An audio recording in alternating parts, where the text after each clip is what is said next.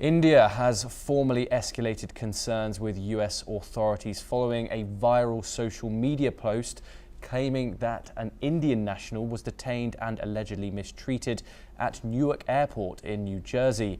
The Ministry of External Affairs has taken up the matter directly with the embassy in New Delhi, while diplomatic missions in Washington, D.C. and New York are also in close contact with US officials.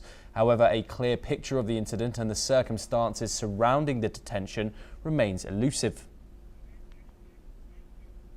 We now move on once again. India's Prime Minister Narendra Modi is set to embark on a significant diplomatic outreach to Europe, with planned stops in Cyprus and Croatia. The visit, scheduled en route to and from the upcoming G7 summit in Canada, are part of India's broader strategy to strengthen its presence and partnerships across the European continent.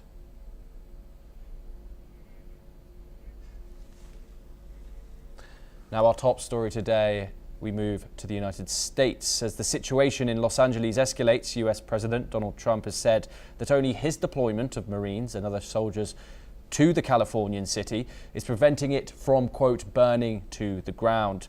Pete Hegseth, Defense Secretary, has backed him and said that the deployment of the National Guard and the Marines is aimed at protecting ICE agents. This comes as Trump deployed another 2,000 National Guard troops and 700 US Marines in response to the protests taking place in Los Angeles. Trump has also claimed that 25,000 houses have burnt to the ground in LA due to a, quote, incompetent governor and mayor. That's alleging to the LA wildfires. Meanwhile, alleged footage shows that massive loots are happening in stores in downtown LA. Trump has blamed what he called insurrectionists for violence in Los Angeles and praised his decision to send in troops. He later suggested he'd support the arrest of Governor Gavin Newsom for obstructing immigration enforcement. On the other hand, Governor Newsom has called the deployment deranged and un-American and warned that Trump is urging the military to intimidate Americans on US soil. California has also filed a lawsuit against the federal government and called the deployment unconstitutional. Los Angeles Mayor Karen Bass has condemned the federal raids that triggered the unrest. She urged the Trump administration to stop the raids and respect state authority.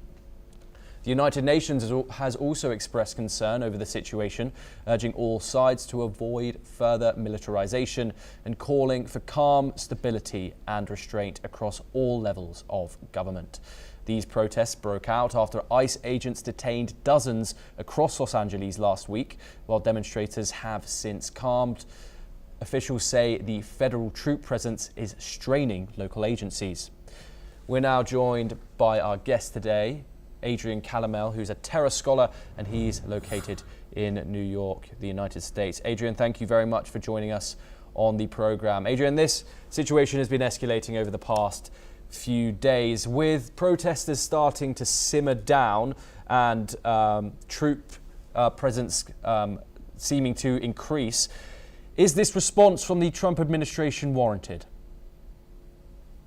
First of all, thank you for having me, Thomas. Good evening to all your viewers. And I do believe this is absolutely warranted in this case for several reasons. One, the amount of damage that is being done to the city of Los Angeles. Okay, that's one. Number two, to guarantee the safety, not just of the ICE agents, but of the people there. The people whose stores are being looted, it's a breakdown, it's lawlessness. I don't disagree necessarily with Trump when he says they are insurrectionists.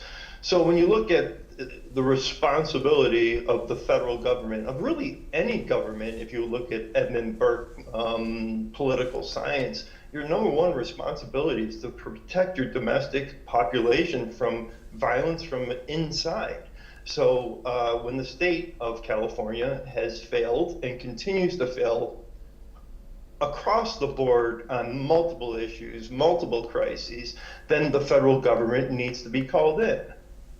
Yes, and Adrian, just moving on, the American political system is built on a system of checks and balances.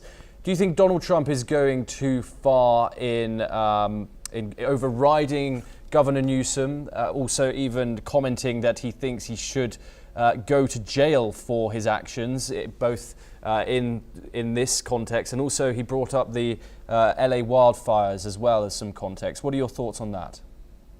Well, I think calling for his arrest and taking him to jail, that's over the top, okay? Just let the next election kind of sort itself out and see where Gavin Newsom does with the election.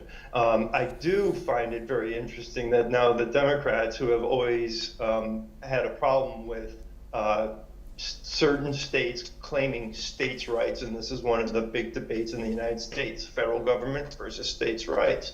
Democrats have always been on the side of the federal government.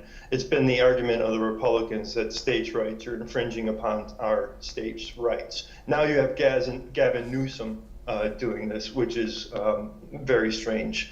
It's kind of a role reversal, and it's being used as a political lightning rod, and he needs to understand that he's adding to the problem here, and I fully expect this now that you see a heavy presence. You're going to see this shift. It's going to shift to other places. It's going to shift to Dallas. It's going to shift to San Francisco. You're going to have to look at places like Chicago. You're going to have to look at places such as Michigan. It's going to be movement, and that's what Trump needs to understand. And what unfortunately Gavin Newsom will never understand is that our adversaries, specifically non-state actors, are looking on how they can capitalize on this type of situation.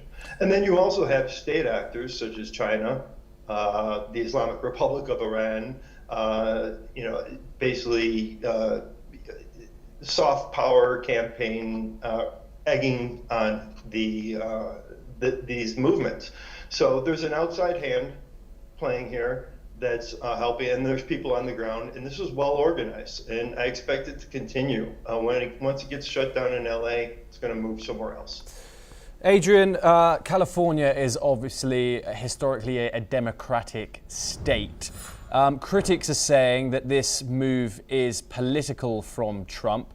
Obviously, these immigration raids is something that Trump campaigned on, and some would say that he won the election on. But some people are also saying that Donald Trump wouldn't have acted this way if there were protests against something else, not one of his most staunch policies. What would you say to those critics?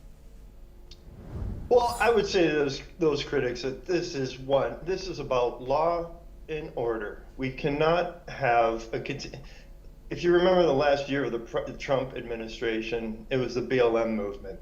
It was going around burning down Minneapolis, burning down different cities for one reason or another. During the Biden administration, it was raising Hamas flags, going down the streets, causing damage, intimidating people, virulent anti-Semitism. Now they've just picked up another flag and moved on to something else and a new cause. There's groups like Antifa, other individuals, Social Justice for Palestine, they're all involved in these riots. So Trump absolutely is doing the correct thing here and needs to stamp down on this. Law and order needs to be protected in our country. And this is one of the strategies of our adversaries, is to divide our population.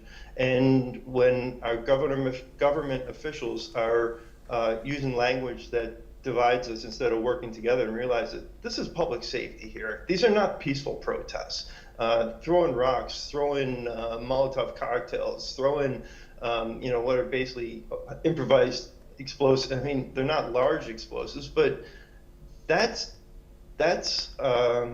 extremely dangerous. It's going to lead to deaths, and it's going to be on Gavin Newsom's hand. It shouldn't be on the ICE or any type of administration's hand.